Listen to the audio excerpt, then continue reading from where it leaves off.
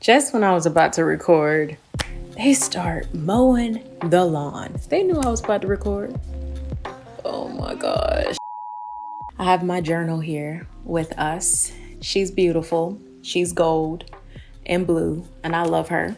I have my journal with me today because I wanted to talk about criticizing ourselves, self-criticism. I usually don't reread my excerpts from my journal, but I happened to just start going through them, and I found this one and I read it to my husband, and he was like, "Wow, babe, this is really good." And I asked him what he thought about me saying it on a video that day, and he was like, "I think it's a great idea." So I wanted to read it to you. Hello again. Firstly, I'm proud of you. You're holding on and trying hard every single day. Stop feeling guilty for feeling what you're feeling in any given moment. Emotions are ever so passing. They don't last always. It's okay to feel what you feel. You're not an evil person. You're just a person. We are all just trying to do the best we can with what we got. So feel. Explore those feelings if you want. It's okay. What I love about you, though, is that you're forever searching for purpose in all things. And that's a great trait to possess. You believe in the deep and you're not afraid of it. So again, feel, my love, feel. God told you today that He knows all things. So you never have to feel like He thinks you're horrible. He knows what you go through and how you are just trying to find where you fit. He knows. Give yourself a break and spread some grace. Right now, I'm in the silence, all alone, laying on the kitchen floor. I'm loving it so much. Makes me feel like a kid again. Makes me feel connected to my father and nature. I feel peace. I sense freedom. This word has been in my soul lately. Freedom. I believe God keeps showing me birds to emphasize the fact that I am free to be me. Free to live in peace. There's been a voice in my head telling me I'm only enough if I work a job, bring in income, and conversate well. That I'm only seen if people notice me, compliment me, or are kind to me. This voice has told me that I don't fit in. I'm not pretty enough, not good enough, fail at everything, accomplished nothing, and I'm behind in life. This voice has said that God is disappointed in me and I'm back where I started. This voice does not have the truth in it. Yet, there's another voice telling me, you're right where I want you. You're free. You're beautiful. You're enough. You're strong. You bring life. People do love and admire you for you. You're better than yesterday. Celebrate your small wins. Focus on what you have, not on what you don't. And love and accept those things and people in your life. I'm proud of you for being an overcomer because it is not easy. This voice can only speak the truth because He is the truth and the life. Live intentionally, laugh as much as you can, and love hard, starting with you, Adriel. I would say that's definitely one of my best journal entries because I was in a very dark and lost and confused space right before journaling, which is usually what pulls me into journaling to begin with, is just being in a state of confusion where I'm like, all right, it's a lot going on in my mind. It's a lot of thoughts ruminating, and I really need to sit down and figure this out. There's a gospel song, I believe the title of it is Encourage Yourself. And she's saying sometimes you have to encourage yourself. Life is hard. You may be depressed, but you have to pull yourself out of things because nobody is going to live your life for you. You have to be the one to live it. I encouraged myself out of this place. And not every one of my entries are like that. Sometimes I really just want to sulk in my feelings. Just like I said in the beginning, it's okay to feel. Sometimes I do that. I just sulk in those feelings and I don't encourage myself in those entries, but those are also healing moments for me as well. I loved how I spoke about the difference in the voices in our heads, the difference between the voice of truth and the voice of falsity, the erroneous voice, the voice of the enemy. where everything he says is completely a lie straight from the gates of hell. I said, well, there are thoughts that I have saying that I need to make money and that is going to give me value. If I conversated like other people do, that would bring more value. And then I said, well, that voice is the voice of the enemy. That voice does not have the truth in it.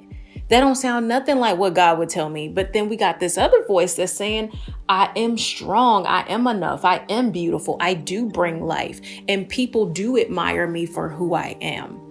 And so what I did there was I created this polarizing effect in my mind. When something is polarized, it means that it is divided in between two different groups, two different categories, two different opinions, two different thoughts, two different sayings. It's completely the opposite of each other.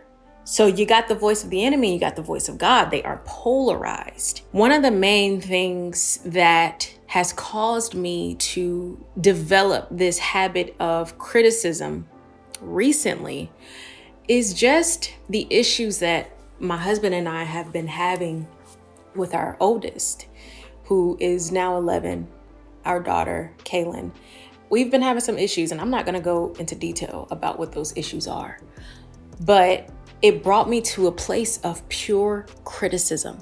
And it became this domino effect of bad behavior where we just cannot trust her really at this point, because it was like one thing happening after the next. It always starts with a particular issue that you're dealing with, and that causes you to become critical in that arena. And then it goes from me just being critical towards myself as a mother. It went from that to me just being hypercritical of myself as a person.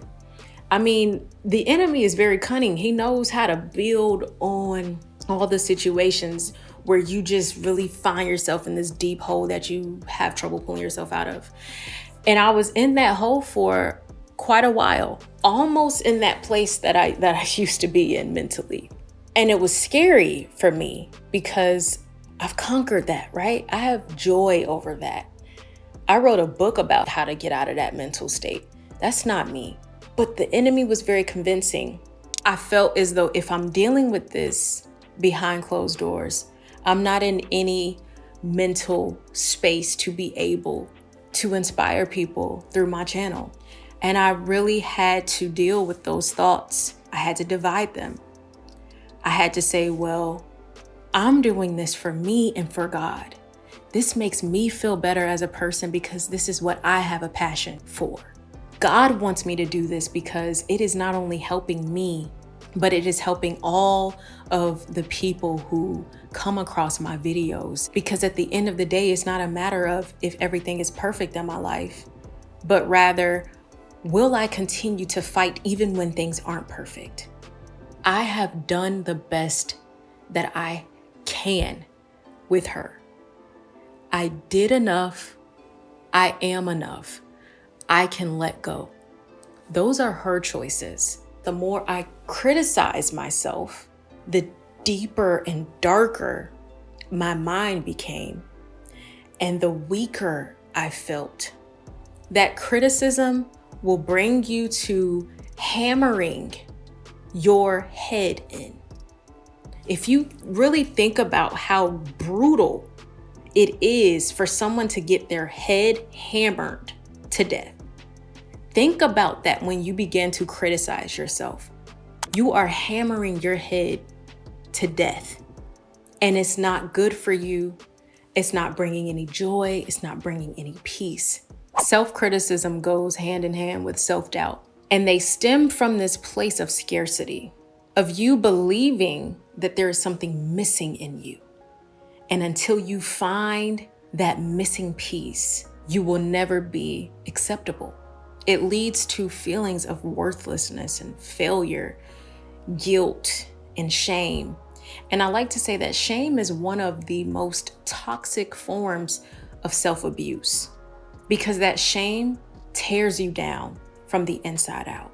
You never move forward because you're stuck in unforgiveness for yourself. You have trouble forgiving yourself. You are convinced that you're not meeting some sort of expectation. But free yourself from that today.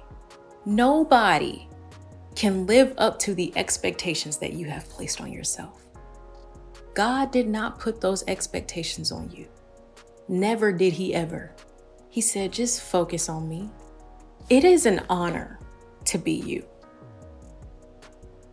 I was in a really dark place recently, and these are the things that brought me out.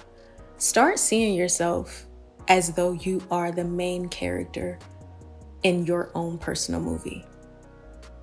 Because when I see God, when I have a vision of him creating each and every one of his children, I see us as having our own personal stories. Just like there are many different books in the Bible. You got Mark, Luke, John, Matthew. There's a book for you as well. There's a movie written just about you. God has written the script of your life from beginning to end, and everything is written to pure goodness. He's an author who can't mess up a script. Instead of comparing yourself to others, and instead of placing unnecessary expectations and unreachable expectations on you, start seeing you as being the main character in a film. You're the prettiest in your movie. You know how there's always like the prettiest girl in school or whatever in the movies? See yourself as that. You're the most charismatic one in that movie. You're the most intelligent one in that movie. You're the most talented, the most gifted in your movie. Stop jumping into someone else's movie because you don't have rights to their movie. You have rights to your movie. You are the best there is here. Anytime I try to look outside of myself and see someone else that I thought had it all together, God would quickly remind me that person is not a part of your life. That person has nothing to do with your life. Stay in your life. Stay in your lane, your movie. They're the main character in their films, but you're the main character in your film. And the screenwriter, God, has already said the movie is a success. You are a success, girl. Like there's nothing that you need more than what you already have. You are not missing any piece in your puzzle. There is no need for you to criticize yourself for every little thing that you do. You are doing the best that you can. Forgive yourself. Move on. Stop being nostalgic in the way of living in the past that is crippling you. When you find yourself in the cave of criticism, pull yourself out by looking at something that you can be grateful for, something positive, something that is really going to speak to your heart. God is always going to show you something to pull you out of depression. He will always give you something. Find that thing, keep your eyes open and find that thing and use it as a means of escape. And see, that's what I did. I started thanking God for having a husband that is faithful to me, that loves me no matter what, cherishes me. I started thanking him for having a body that moves and, eyes that can see perfectly, a mouth that can speak, ears that can hear. You really got to kind of go to the basics when you start becoming critical. You got to go back to the basics and see what's really important. I know there are people in your life that love you for you. Think about those people when there are those who hate you. Understand that, you will be hated. The Bible says that the world will hate you, and don't be surprised when it does. But that doesn't mean that you can't accept the love from those who are there in your life. I have people who make a clear distinction between, the love and respect that they have for one person versus me. I'm not here to be liked. I'm not. I'm here to be loved by God. And I'm here to be used by God. Me criticizing myself isn't going to make living my life any easier. So I can at least free me for being me. Other people might want to gatekeep you, put you in a box, but you can free yourself. You have permission to be you, and it is an honor to be you. And you have to wake up and tell yourself that every day. It's an honor to be me. There will be times where you fall back into these traps of being hypercritical, but do not see it as a failure. Do not see it as you going backwards. See it as a opportunity to try again what you tried before to pull you out, or to try something different. I have been in shadows of darkness in my thoughts where I've told myself I must not be making any progress because I wouldn't be back here if I thought that I conquered it 2 weeks ago. How am I back in this place? Maybe there's no hope for me. Maybe I will always feel this way. Maybe I will always be hypercritical of myself and always doubt myself. But the Lord said, no, that's not how it works. Now that you know the way, Adriel, continue to strive towards the way. You will fall, you will stumble, you will backtrack sometimes, but get back up on your high horse and keep moving in the same direction. Now that you see what can work for you, that it's possible to come out of this. On Monday, you might be feeling great. On Tuesday, you might not. But you can try what you did on Monday to pull you back up and out of it. And if that don't work, try something else. Not being so fixated on what you are not and what you don't have, but rather being grateful for what you do have and who you are.